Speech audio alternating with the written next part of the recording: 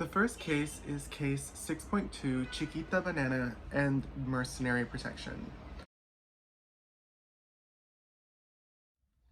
In my personal opinion, Chiquita got themselves into this position of funding a foreign terrorist group when they began doing business in Colombia. This is unfortunately a risk that a business undertakes when doing business in a country where drug barons, industrialists, bankers, and large landowners were working together with the government to create private paramilitary units to combat left-wing guerrilla forces, and Chiquita knowingly proceeded as planned. When one of these paramilitary groups, the AUC, began targeting anyone that they believed had any sort of left-wing ideology, like teachers, community leaders, human rights activists, religious workers, leftist politicians, they began targeting all of them. The AUC had a desire also to eliminate groups that they called undesirable, such as indigenous people, prostitutes, drug addicts, and people with psychological problems. Chiquita felt that they had no choice after seeing all of this. They knew that their employees could just as easily become targets. So, to minimize any financial losses that would have resulted from their employees being slaughtered, along with farms and communities being raided, they began making huge payments to the AUC in 1997.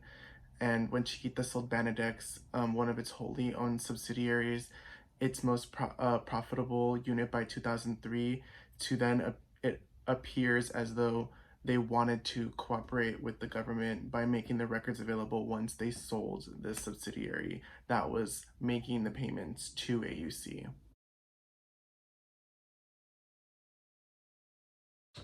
There are times when companies must adjust their business practices to comply with the law, but those initiatives that the law has not caught up with yet are in the realm of corporate social responsibility and ethics.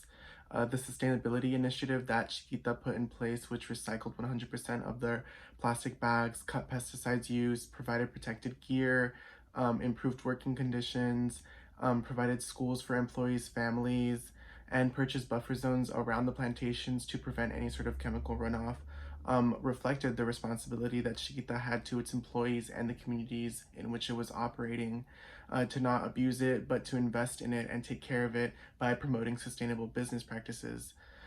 Companies who do this more often than not will see longevity in their business, especially one like Chiquita, whose product, which is bananas, is probably not going to see a reduction in demand anytime soon.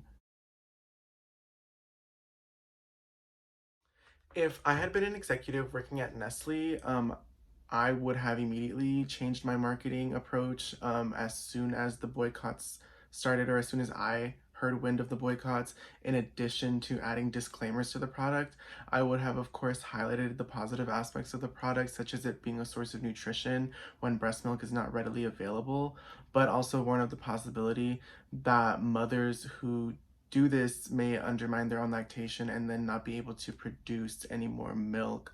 Um, the longer you wait to address the issue, though, the more damage it will likely incur, so immediate action is necessary or preferred.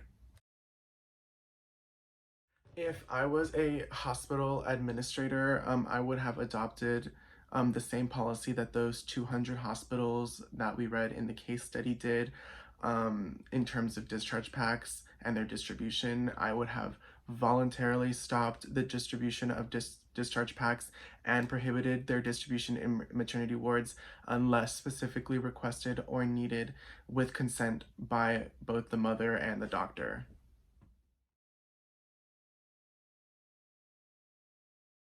The bribery that happened in the Chinese pharmaceutical industry was primarily centered around using fake receipts to as a way of funneling money and perks to individuals in the healthcare system, and to ultimately influence decision makers in the system to recommend the use of a particular pharmaceutical company's drugs. Sometimes these drugs were overpriced as a result of the influence that was given to them. So not only were more people buying them, but more people were buying it at a higher price than it should have been.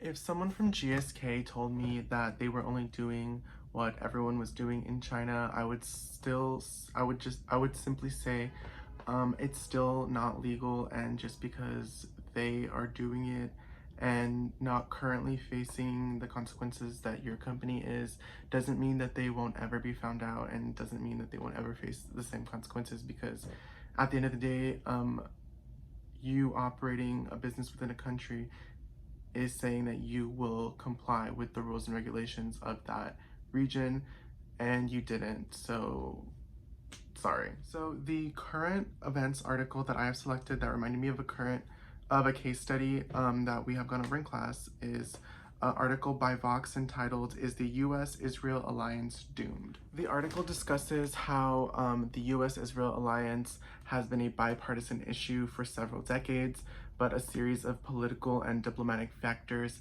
have created a partisan divide between the two major parties. And despite strong words from President Joe Biden, the relationship between the US and Israel is still on the verge of a potential breakup.